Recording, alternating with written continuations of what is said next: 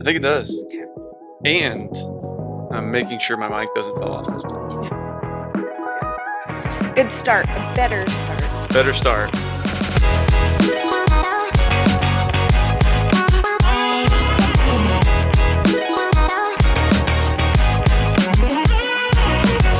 Well, hey there. So good that you can join us. My name is Ben, And I'm Julie. and thanks for being with us on the Bear Good Fruit podcast. Yeah. Yeah, you excited? We are back this week and we're still festive. We are continuing the festive trend. Yes. It is a season. How early is it to do a Christmas album? Like, say you're a singer, songwriter. What do you mean? I don't know. I feel like you have to earn some street cred and build up like a rapport before you can drop a Christmas album. Like I if think you're you a have singer. to get known from a good Christmas song. People are so happy and joyous to listen to Christmas that I feel like they would be less judgmental to enjoy your Christmas song That's true. than a regular one. I think of Kelly Clarkson went a few years before she did her Christmas Most album. people do. They Mostly, get yeah. known and then they're Reliant like, K. hey, you can make way more money if you have Yeah. not done it. It's Just like do a a Christmas layup. album. Their song's already written for you. It's just good. Most of them. I feel like They we had a do. friend, one of our former students, that made a Christmas album as their first album ever. I could be wrong. I feel like we should know that fact. Rawls? Oh, Yeah. yeah. It's pretty awesome. Yeah. It's a great name. But yeah, shout out over there. I don't know if he's listening or not, but Yeah. Christmas album, maybe think of him. Anyway, we're doing a Christmas show. We're doing a Christmas show. And with that comes a Christmas game. And our Christmas game today is a top 5. You and I both Yeah. have done our due diligence Yes. and our research A lot of into research involved in this. to what are the best played Santas in movies of all times. Yes. Yeah, top 5 of the Santa figure, not of the whole movie, Right. but the Santa figure and why they are in your top 5. Yes. You ready? I am. Do you want to go both of us 5s Yes. and then We'll work back work up to up. 1? Mm-hmm. All right, so I who got is my your list here. 5? Okay. So my number 5 is I would think most people would see him as like a scarier or creepier Santa because Okay. of his ho ho ho. But it's The Christmas Story? it's the Santa from A Christmas Story. But let me tell you why. I have him on my worst No, Santas. but listen, as a parent, Yes. when Ralphie turns back around and Yeah. says, "No, I want a Red Ryder BB gun, blah, blah, blah, whatever," and you know what, Santa, instead of saying, "Sure, kid, I'll give you whatever you want," he gives him advice and says, "You'll shoot your eye out." And I appreciate that, And Santa, then as a parent. boot to the face. Let's not. I'm just saying, I appreciate a Santa that is practical Yeah. in Yeah. the sense of saying, "Hey, kid, maybe not a great gift." Yes, I agree with your logic. I appreciate the That heart is behind it. why he's on my top 5. Most people probably wouldn't because he is creepy. Now, my top 5, my Your number 5th, 5 yeah. is sort of a controversial Santa figure because they're not exactly Santa yet. Okay. But I will say his father is one of the worst all time, but Arthur Christmas is one of the best Santas. Arthur, his Arthur. dad, or his grandpa? Nope, Because his Arthur. grandpa is hilarious. His grandpa's hilarious. I Yeah. like grandpa. He is crazy, old school, just lunatic. Yeah. Arthur, if you've never seen Arthur Christmas, great little flick, A but little cartoon. just a cartoon, but Arthur goes like all out to just get that one kid, The that bite. one present that they can have on Christmas. And the heart of Arthur Okay. going to that extent, I think, deserves the top 5. Okay. That's a choice. All right. Okay. All right. My number 4 is a choice that is probably not everyone's pick, but it's a newer movie, and it's probably the only movie I've seen where the girl is a Santa. Really? So Noelle, Noelle? yes, and She's the Santa? she ends up being her dad That's a passed spoiler? away. Okay. Yeah, sorry, spoiler alert. And they all thought like the magic of Christmas goes down to one of the children. Oh, we And didn't so we do. thought it was the brother, but no, she's the one that had the gift of can talk to all the kids, know their names, all this different stuff, and she's funny and she's hilarious, and it's played by oh, she she's the troll voice. What is her name? Peppa? Nope. No, not the trolls lady. Princess P? Yeah, Princess plays Peppy. her. Um, Uh, Ariana Grande. no, never mind. You won't know. She's from Pitch Perfect. I can see her face and all of Oh, it. yeah, the do do do do do do do do do Yes. that one. Yeah, I can't think of her You like name. my impersonation of the cup? Yes. Anyways, Yeah. she does great in that movie Okay. as a girl Santa. Girl Santa So making top it's 5. my top five, Okay. probably not on Well, yours. gotta represent the girls out there, Yes. you know? My number 4 is kind of an unknown, lesser known Christmas movie, but I really have a heart for origin story Santas. And so, A Boy Called Christmas or A Boy Named Christmas, You like that movie? I like him. Hmm. The movie is tragic. It's sad. Yeah. His origin story, losing his family and then being abducted and imprisoned and all these things, but he's striving toward the elf village. But I think him as a Santa figure, because his spirit's never shaken. Yeah. He's still optimistic, even though all the trials keep hitting Okay. him. So yeah, Yeah. he's resolute on Okay. getting to the place where he needs to be, the elf village. Yeah, All number right. 4. My number three, I feel like is on there because he is an iconic Santa. Okay. But we don't watch this movie every year, but we probably should with the boys. But it's Miracle on 34th Street. Oh That Santa, yeah, the remake, I like the remake better than the like black and white one. yeah. Okay, He's like that's it's Santa. timeless. Yeah, he's just a timeless Santa Okay. and portrays it well. So All that's my right, number fair enough. three. I haven't seen that movie in probably 20 years. Okay, so Maybe more than that. Probably 30 years, actually. well, it came So, out I think in '94. So speaking of 20 years ago, hmm today, as we're recording this, is December 11th. And 20 years ago, I asked you to be my girlfriend. I can't believe we're that old Yeah. that we can say that we started dating 20 years ago. Yep. We're old. 20 years ago, we started dating. That's So, crazy. pretty awesome. Stick to it, kids. Get in the right order. All right, what's your number three? Number 3 is the Santa from Elf. Okay. He has the smaller part, I don't say there's not much he very minor does. part, but I loved his interaction when he's with the kids and just his genuine like gusto. Like he's kind of a hardened Santa. Like, When he's with the kids, let me what does he hold on, have hold with on. the kids? No, I'll tell you. So What Santa in are the you talking beginning, about? when Elf is like crawling into, Out of the he's Santa bag. yeah, and then when Will Ferrell grows up and realizes that he's human, he kind of breaks the news to him as a parental, guardian type figure. Like Santa's like, let me tell you about the real world kind of thing. Like that real Oh, about your dude, kind of dad. been burned. Yeah. Here's your dad. He's naughty list, whatever. Tell it like it is. But then when he's interacting with Charlie, he's like, "What'd you want for Christmas?" Like to prove that he is Santa. Oh, And he's okay. like, "I want a skateboard." He's like, "Oh, come on, not just any skateboard. It's a real Huffboard." Yeah. Like that. Just you could see it come out, and then the sleigh flies, and he's like, "You made my sleigh fly." That's why he's number 3. Okay. I'll give you that. Yeah, he didn't have a huge role in that movie, No, so it didn't come to my mind. But that's a good quantity one. isn't everything, though. Okay. It's the quality. So this one I feel like is a classic, and we watched this a ton growing up. Yeah. And it is Kris Kringle from Santa Claus is Coming to Town. And he's the little baby from the Burgermeister Meister Burger. Do you remember? Do you remember this one? I don't know that one. Asian one. Oh, And it's not he the Rudolph one. It's the other one. no, it's like he has red hair. It's a red hair Santa. But he Oh, was a kid, and then the Burgermeister Meister Burger is trying to take away all the fun in the village and no toys for anyone. Do you not know this? I've Oh never my seen this gosh, one. we have to go watch this. Put one foot in front. Do you not know I that don't know song? the song. My goodness. Anyways, I am unqualified for this participation list. in that movie is Yeah. fantastic. Okay. So, My number 2, you might disagree with, but it's Tim Allen. is that your number Number two? 2, Tim Allen from the Santa Uh Claus. huh. Again, the origin story of how he came to be, the resistance and, fighting against becoming the role, the calling that he has now, Yeah. but eventually at peace with it, embraces it, and bears good fruit. Choose Yeah, he does good things. Yeah, he does. So I think you're bad millennial because I think he should be your number one because he's my number one. I think as millennial, who is our Santa? Tim Allen Yeah, is our of Santa. our generation, he Yes, of was. our generation.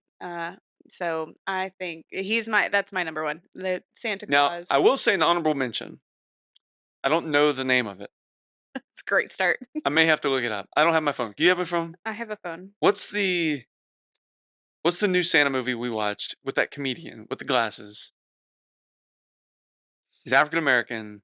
Oh, we did, I'll look it up. Yes. You talk about Honorable your number mention 1. to that one because it's Okay. hilarious, and I love the culture of how Santa's depicted from You that. have to put up a little picture Yeah. of it in the Anyway, slide. I'll I know I'll, what you I'll yeah, we throw just a, watched it with the a boys. It post was edit, great. but he's honorable mention. But yeah, um, So who's your number 1? If my number Tim one. Allen isn't your number 1. Again, I love the origins of Santa, and we're gonna break that down in just a minute. But I think the number one depiction of Santa Claus is from this cartoon called Klaus that shows this hardened figure who lost his wife and wanted kids, never had kids, but this postman comes into town. And anyway, there's a lot of gospel message in this movie, and I've actually preached on it before.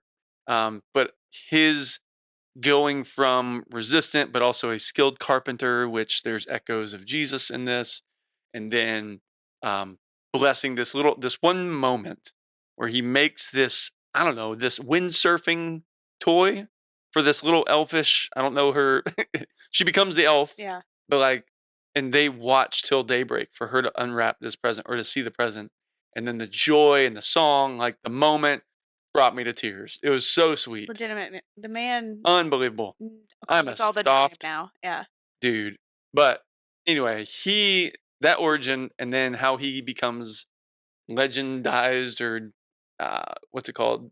Basically divinized. I don't want to like it's obviously heresy Yeah. to say this, but I just love how he becomes eternal in that role Yeah. and that figure. And it's like I think there's some echoes of some reality in this Mhm. historical, but we'll get into that. Yeah. I feel like this makes me want to go watch more Christmas movies with our boys. We haven't gotten them all in. There's Yeah, only 2 weeks from today till that's true. Christmas. It's coming fast. Yeah, it is This coming fast. this year's crazy.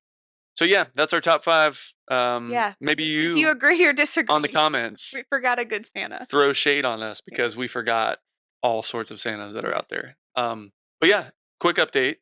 Mhm. True Life. We are having a preview worship gathering, sneak peek of what Tree of Life is going to be like on December 21st at Mott's Grove UMC at 11:15 in the morning. Yes. We will have kids ministry and a worship, and we're just excited to, yeah, have our first kind of Sunday gathering. So we really hope as many people who want to be a part of it can make it. Yeah, Yeah. we're excited. And maybe you go to your normal church in the morning and come hang out with us for a little bit. Either way, I don't care. But Yes, it's going to be an that'll be awesome fun. morning. We have some surprises for the kids, and Really good. yeah, it's going to be fun. Also, feel free to reach out, but we are looking for partners. We're looking for people to come alongside, be part of our launch team. Our last episode, we talked a lot about the purpose behind why we can't just immediately launch, but we need a launch team to Hmm. build up the stability, the culture, the momentum going into an official church launch. Yeah. So, yeah, if you are interested in being part of a launch team, being part of a growing movement, a mission of people that are unified in this effort, yeah, reach out. I'd love you to be a part of it. Yeah. Absolutely. Yeah. And last one, oh, our root groups. Yeah. So Wednesday night. we gather on Wednesday night. We met last night because we're recording on a Thursday. We have one more for this year because of Christmas and then New Year's. But then next year, I believe we will start gathering in a larger space. Yeah. We will definitely have to see if we outgrow this and if we move over to Mott's Grove on Hmm. Wednesday nights. Definitely could help give in some more space for the kids area. Yeah. Um, but yeah, They're getting crammed in there. we're getting crammed, but which is a great problem It's a to great have. problem. Yeah. Yeah. But yeah. So anyway, stay tuned Yeah, and but keep if updated you with that. want to get plugged in and maybe Sunday on the 21st isn't something you can be a part of, but want to be plugged in a different way, every Wednesday typically we meet. December is different. But yeah, reach out and we'll get you connected on how you can be a part of it. Yep. And of course, our rhythm of the first Wednesday of Mhm. every month, we serve the community. And so we Do you won't know meet in root group where until we're I think the serving in second week. January yet? Not locked in, Okay.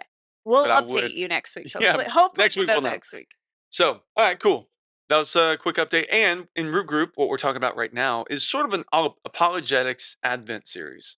I like the alliteration there, but really, last night we talked about the Migdal Eder, which is a really, really cool. If you haven't heard about the story of the Migdal Eder, it's connected to the location of Jesus' birth and the significance of the pasture land for the sheep that spread around Bethlehem area, the connections to David and the temple and the holy lambs for sacrifice. So anyway, Is we it talked about the significance of Jesus' location mm, of his birth and why him being wrapped in cloth and in a manger, all that kind of stuff connects to a historical place with historical and theological significance. it's a big deal. You guys nerded out a little We bit. nerded out. Yeah. And everyone loved it, I think. I think, I Yeah. mean, We can't speak for people are everyone. just too nice. If, and again, if that nerd out is something you're not liking, like just let us know. We're super approachable Yeah. and we receive critique. Yes. Well, Absolutely. I will say that. I agree. So that's for root groups. Root group. Yep. And we're not going to necessarily talk about all that tonight or You mean today. today? Yeah. Yeah, I'm tired. Yeah, it's morning. Um, what are we going to talk about today? Today. All right.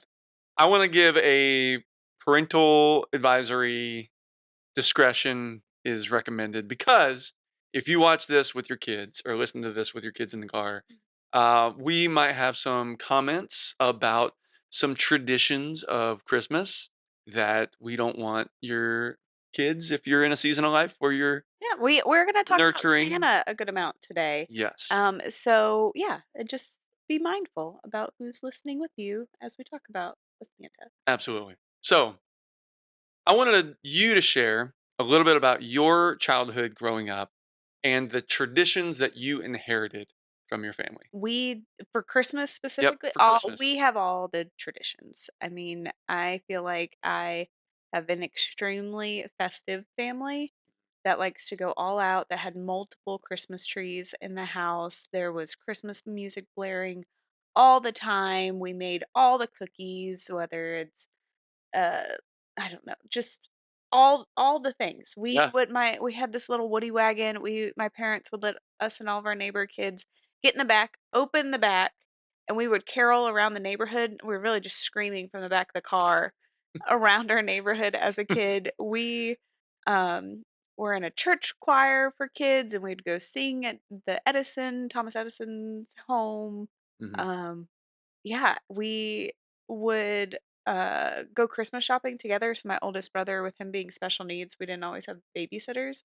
I remember one tradition was my parents would bring a blanket to the store, and as we shopped for one another, they would have to hide it under the blanket of the one grocery cart or the cart that we had so that we wouldn't see each other's gifts that we're getting for each other, 'cause we didn't have a babysitter to stay home with Scotty, so Scotty's coming, we're getting it done, we're Yeah. getting shopping done. Um, but yeah, we open presents like one person at a time.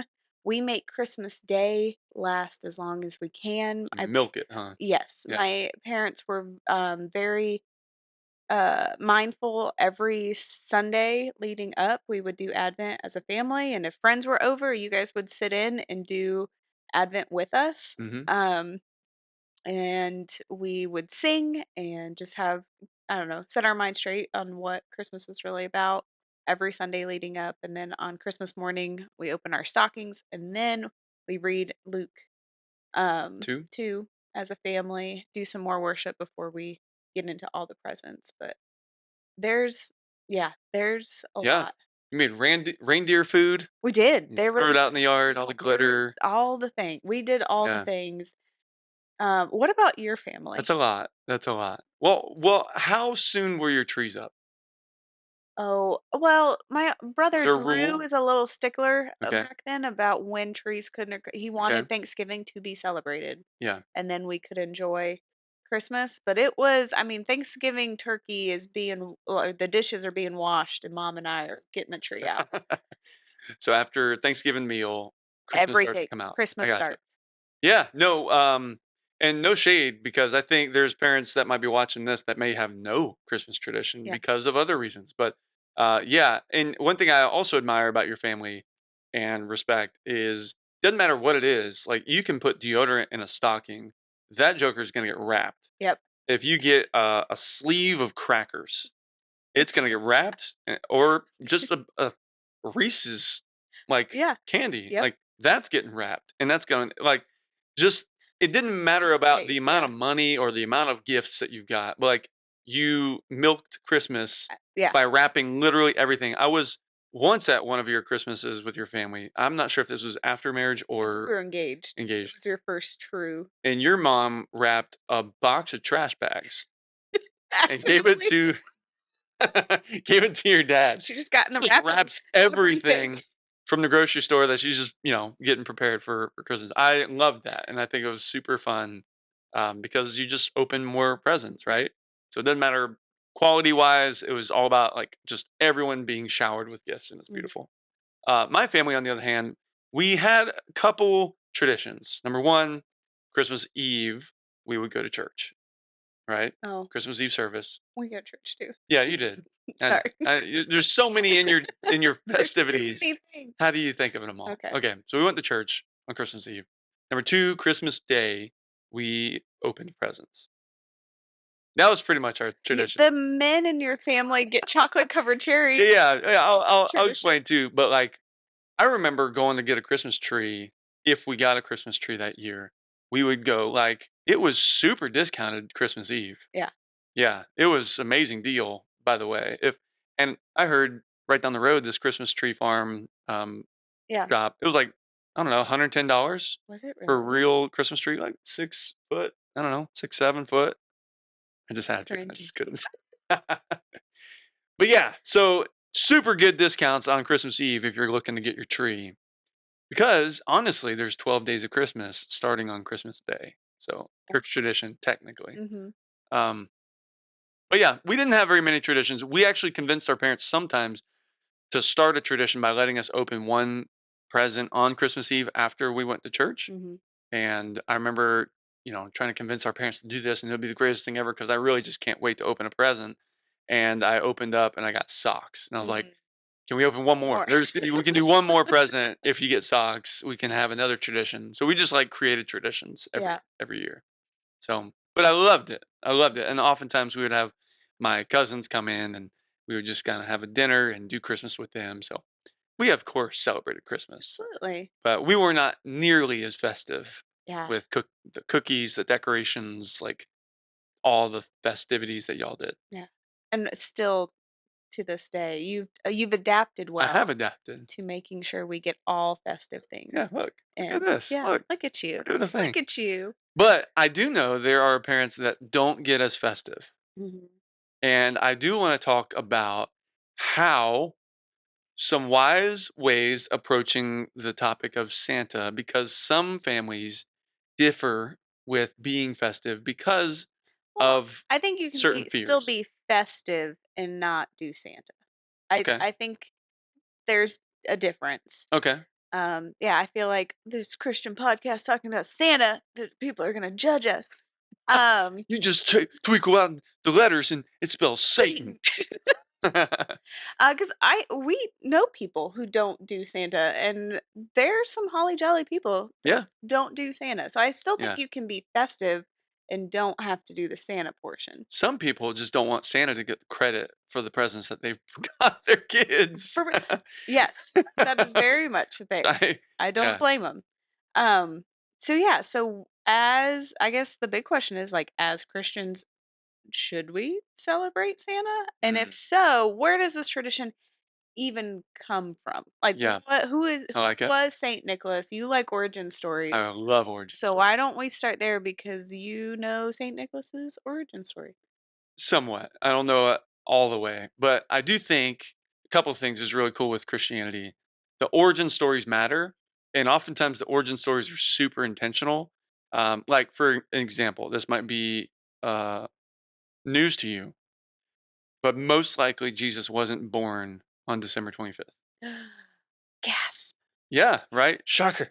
Most likely, Jesus was not born on December 25th, but the 25th was chosen, and actually the 24th midnight going into the 25th was chosen based on a pagan holiday because it was the winter solstice on the 21st through the 24th. And on the first day where darkness seems to diminish and light seems to increase in the amount of time during the day, that's the shift going in the direction of spring and life and renovation and rejuvenation, all that thing. There's a theological message in why they chose December 25th around the winter solstice of the advent of the light of the world coming into the world. Does that Mhm. make sense? Yeah.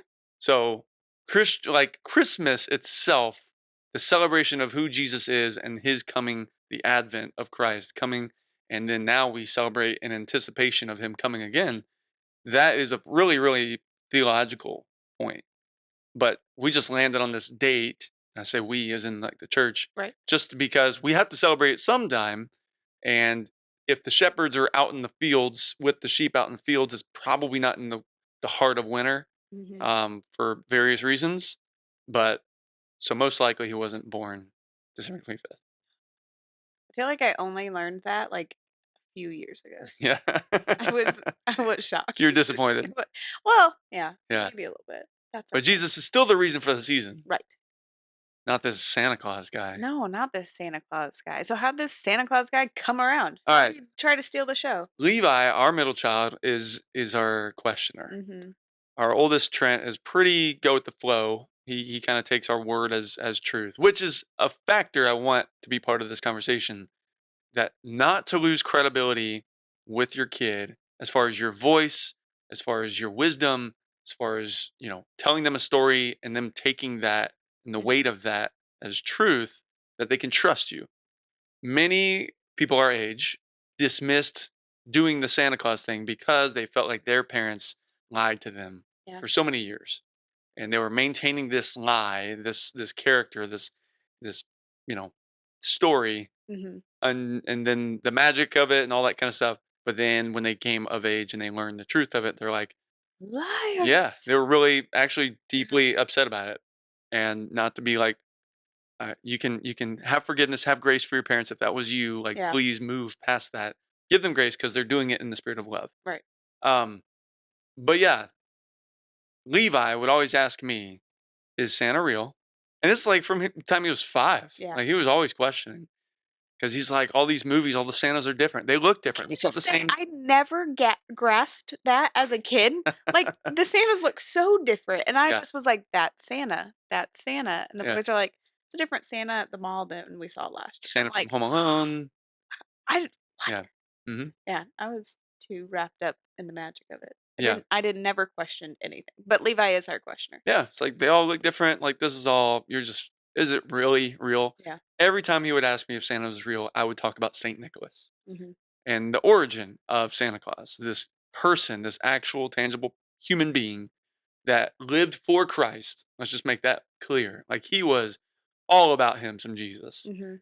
And he lived in a time in Turkey, by the way, which was like we think of Santa Claus as in like ice, the North Oh, Pole, yeah. or they even the origin story of like Klaus, it's like Greenland, like Mhm. way up there, Viking culture, which there is some significance to the Dutch culture and stuff like that. But he was in Turkey. Like I don't know, when we see modern day Turkey, we Yeah. think of a different demographic than the white, Yeah. snowy Right. covered place. So anyway, this guy, Saint Nicholas, he was a saint for a reason. He was as a bishop in an area. I think he was from a town called Maya, and he was very wealthy. And when his parents passed away, he, from the Spirit of Christ in him, was super generous, and he would hear of stories in the community because again he's like a pastor, he's shepherding over a bunch of people. He would hear their stories, people that were struck by famine or just in hard times. For example, one story of a family, there's 3 daughters, Mhm. and the father, I can't remember if the wife died, but the father is struggling to keep paying the bills and keeping food on the table and provide for these 3 girls. And so he's working late shifts, but he comes to the point, imagine being in his shoes. He comes to the point where the only way that he can keep his children is to prostitute them. Mm. And so Nicholas heard of this story and the desperation of this father, because no father would ever do that unless it was dire. Like, we literally can't eat. We haven't eaten in weeks. We need Yeah. to do something, last resort. So he begins to throw like stockings full of Coins. coins um, through the window, something like that. He hung them like outside the window. He was known for on other stories, so that they didn't have to go into prostitution. He was known for going around town. If people left their shoes outside their door, he would just kind of like slide in a gold coin Mhm. and just like keep walking. Just like that level of generosity. Not even asking questions, not even wondering their stories, but like, I see you, I want to bless you, and he Mhm. did it in tangible, generous ways. So obviously, you can see the origins of this generous, jovial, kind-hearted soul that was super intentional. Um, do that. Now, there's other legends of Saint Nicholas as word spread about his generosity and his kindness and his love, especially for the poor. Um, a couple of funny stories. One, he had a little bit of an attitude as well, Oh, which is one reason I kind of like the Klaus guy and the guy from Elf, because there's like a little bit of like a gruff nature to okay. a Santa Claus. But there's this really famous gathering of Christians. It was a council where they actually developed the Nicene Creed from this Council of Nicaea. It's And not the naughty and nice list. no, Okay. I see what you're doing there. Okay. But Saint Nicholas was one of the saints or bishops that were present according to legend, tradition. There's no like attendance record, Mhm. but according to sources that he was there.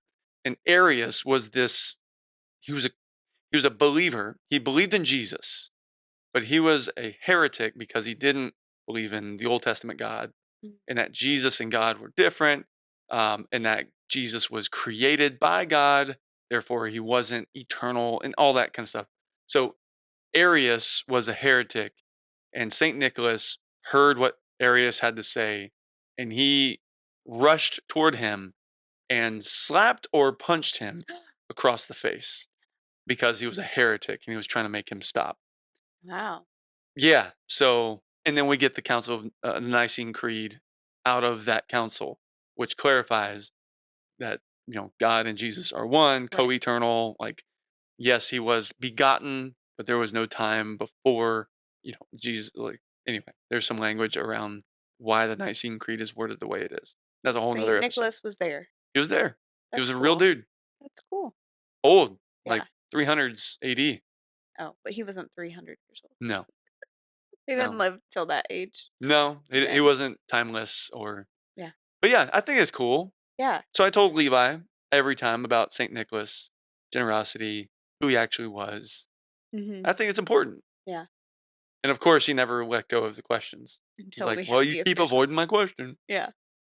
Um, yeah, so I guess the question is like, is it I don't know, should we do we think doing Christmas with Santa Claus takes away from Jesus?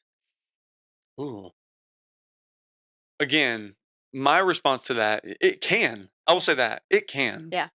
The Santa Claus that we glorify in our culture, and even the reason, I mean, there's some echoes of like, hey, the spirit of Christmas, generosity and that kind of stuff, but in the mainstream culture, but oftentimes this fictional mythical character becomes our kids' accountability. I'm not a huge fan of Elf on the Shelf. We don't do Elf on the We don't Shelf. do it, Yeah. even though there's times where it could, and there's neighbors that do, and the kids have questions about, especially as we're navigating this. But again, I think there's a beauty in the playfulness of the storytelling, Mhm. an allure of how it connects us to a greater, more generous Mhm. reality that is the kingdom of God, and the gift of Christmas, which is Jesus to us, right? Um, but if we depend on fictional characters to be our children's accountability partners, Mhm. once they come to an age to where they discern, like, you know what, I'm a little too old for this, and I know that's not real. Mhm. Therefore, there's no being outside of me and my family and like Yeah. people. Um, in my view, Mhm. it can be very damaging. I think that's a scarier reality than like seeing your parents as like, "Oh, my parents didn't tell me the truth." Yeah. That stinks. Like, you don't like that finding out in that matter. Mhm. But I think the scarier part is for children or people who take it as, if this is a lie, then God's a lie. Yeah. And that's And that's an easy connection for a kid. right. It's really quick to go from Santa to God. So how do you think parents can help navigate that? I would separate them. Mhm. I would separate them. In a way that's helpful. Like Jesus is a different category than Santa. Right. Um, Jesus didn't become a legend Mhm. after his life here on earth, but that he lived in such a way and his being is such that he is eternal. He is God. Um, Santa came from a historical figure, just like Buddha, Yeah. just like Confucius, just like a lot of these other religions of the world. They came from a leader, came from a very charismatic, wise, sage type being who then influenced so many people around them that spread this spirit of that person. And then it became a religion. Santa becomes a religious figure, Mhm. and there's a naughty and nice list. You got to live a certain way, you got to act a certain way, you got to be a certain way to get the certain thing. So Yeah. there's this transactional view of almost manipulating the the God, if you want to call it that, just for the sake of conversation.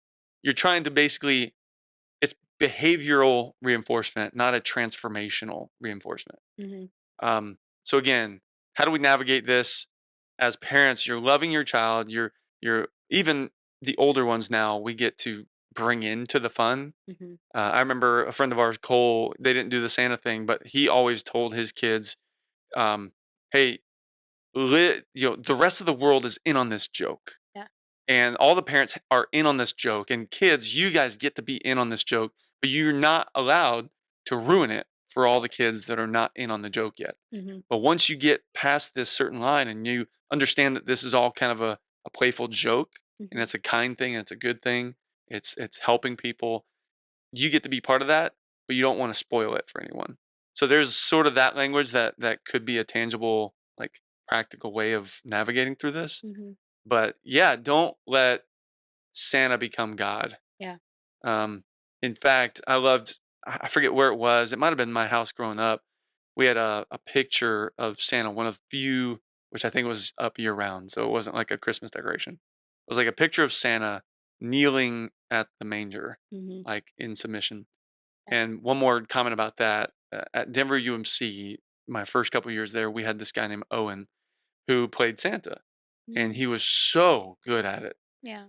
unbelievably good at it. And his wife was in on that. She was Mrs. Claus. There was this tag team duo. But how he approached the kids, like he called them by name, he called the parents by name. He was so intentional about the people. Yeah. But he gathered the kids around his feet. He came in with this big old full sack of presents and gathered with the kids and told them the Christmas story and about his boss, which is Jesus, and how Jesus employs him to take on this task for his kingdom, and that all the kids had tasks for God's kingdom. Yeah. So it was just we can navigate it and Christianify the mainstream's perspective of Santa. Because more questions about Santa. I don't know, how did Santa become a thing from this Turkish dude All the way to all the way to what he is now, yeah. right? There's an evolution of who Santa became. Right. Do you know how Santa's colors were chosen? Red and white. Yeah, Coca-Cola picked it. that's it. Yeah. Coke. It's a Coca-Cola. marketing Yeah. campaign. It's like, think about that. Right. The origins of Santa and the colors and the depiction of his beard and the v- jolly button nose, red face, like that's coming from an ad. Like, how impressionable are We are. we Yeah. as a We all culture of a sudden, yeah. that we just go by an advertisement? Mhm. And it just kind of breeds this myth, this legend that grows and grows and grows into this almost lifestyle for some people. Mhm. So yeah, it's fascinating to look up the nature of how it kind of transformed an area of Turkey, and then people spread this legend, this story of who Saint Nick was as a person, goes up into the north, and then those immigrants, the Dutch immigrants, come to New York City, and they're remembering December 7th, I believe, is Saint Nicholas's birthday, And so it's around this time where they're celebrating his birthday, Mhm. and they do this by giving presents in New York City as a group of immigrant people, and they call them Sinterklaas because they can't say Saint and Nick, and so Niklas. So Saint Nicholas, Sinterklaas is sort of how it came across in their accent. And then you have this small group in New York City that got covered by this journalist that witnessed this gathering of generosity of people giving gifts in honor of Saint Nicholas Mhm. to the point where it now overtakes Christmas, Christmas. Yeah. and that celebration of Saint Nicholas with the gift giving now overlaps and merges with Christianity's Christmas, the Mass of Christ, which is Mhm. the Catholic term of a gathering mass Yeah. of Jesus, Christmas. And so the Advent, it just all gets combined into one big thing, right? Yeah. And so this evolution that happened over time, it's easy to just lose sight of the heart behind the origins of both of these things. Yeah. I think it's a good reminder every year to make sure that, like, we're keeping ourselves in check of what the real reason behind the season is, Yeah, and make sure that we're pushing the kids so much more towards Christ in this and talking about it, and for sure. more traditions are added about Christ, as well as being able to navigate the fun of the Santa Yeah. part of it. Um, so yeah, like one thing we do we have the nail? Pickle? Oh, the No, nail. the nail You pickle. got a pickle and a nail? So Yep, like there's a nail. this is one thing that we put on. My parents had this tradition as a kid where it was the last ornament that went in at the very we would do it at the very bottom. Um, but In case that it is fell. just well, I think it's the purpose of it was like supposed to be hidden. Like it's what we know what the tree represents eventually Mhm. comes to being Which the the tree wood. is a whole different thing, but Right. yeah. Being the wood, has the wood, Yeah, which then Jesus was nailed to the cross and just stuff like that. Like I think there's so many things in the Christmas season that we can continue to have a fun tree up, yeah. but it points to Christ. Like, Amen. and we can do that. And I think that goes back to the scripture of like live in the world, but not of the world. Like we're in the world. Like Yeah, Christmas is going to be a thing. And you don't have to do all the certain celebrations, but I think when we're in it, don't be of it in the sense of like lose sight of Jesus yeah. in the season. And so just as a family or as an individual, self I don't know, self-examine to make sure that our hearts are in the right place Absolutely. during Christmas. Oh, Yeah, so heavy. and I mean, I'm grateful for the season of life that we're in. I'm grateful for the ages of our kids and bringing them in and these traditions that we've gotten to do and cultivate. But I think what we've done fairly well is making sure they understand the heart behind what we're doing Mhm. and the importance of doing it. It's, for example, Jesus says it's better to give than receive. I think Peter or Paul quotes him in Acts, but they're quoting Jesus's words, and it's read, "It's better to give than receive." The connection that our world gets distorted about is it Christmas. It becomes about getting, Yeah. getting. Act a certain way so you can get. Um, but when you follow Jesus, you're not trying to behave so you get heaven. It's not just trying to even do good works so that you put a smile on God's face so that he's happy with you so he'll treat you a certain way. That transactional view of God is so destructive, and it doesn't explain a lot of the injustices that happen, like Right. bad things that happen to good people, right? There's a lot of things that people lose their faith over. But when you look at the Christmas story and you see the advent of Christ, like we were talking about the Migdal, Eder, the location of Bethlehem, and the significance of the sheep that were being raised to then be going into the temple to be offered as sacrifices, and so to protect them from being without blemish, they're wrapped in these cloths and they're put in a safe place, in a manger, in a warm place as they're after they're born.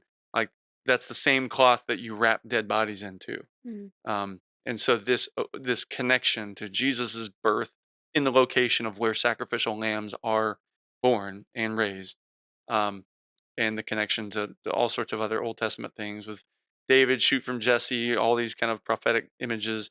Micah talks about how Bethlehem is going to be the location of the new king, the new Messiah, who brings about this new kingdom that is of peace. Yeah. You put your hammer, or you transform your swords into plowshares, your spears into pruning hooks. that even though Assyria is coming and will destroy you, you can still have hope. And for me, it comes down to our kids having hope in Jesus, having hope in the reality of who Jesus was, his actual physical life, and his presence that still is with us here today, not a legend, versus having a hope in a Santa or an elf on a shelf or Yeah. fictional character that doesn't actually tangibly make a difference in their life. Yeah. Psychologically, it could, Right. which is the benefit of elf on the shelf. Uh-huh. There's a belief system that if I behave well, if you want your kid just to behave well, do elf on a shelf. Mhm. They will behave well when they have the accountability. But when that fictional accountability loses its power, it's hard to rein them back in. Yeah. But if we put our accountability in our authority, our family, our parents, but also of God, Mhm. that is a constant eternal presence, I don't know, we'll be in better shape. That's good. Sorry, I nerded out a little I bit. I think it was a great nerd out. Yeah. Christmas nerds out. Do you like when I nerd out? Yes. Yeah. Yeah. Okay. I just sometimes I gotta keep up. That's why it's a video so we can rewind it and go back at it. Yes. So yeah, well, I mean, what do you send off with? I You're done. you got it. That's fair. Yeah. Okay. Well, we hope you have a Merry Christmas. And again, feel free to join us on our preview gathering, our worship gathering on December 21st at Mott's Grove. Also, check out our website for more. But Yeah. yeah, if you'd like to support us, obviously feel free to do that. You can reach out if you want to join us, be part of our team. But yeah, Yeah. Go and bear good fruit this week. amen. Merry Christmas. Merry Christmas.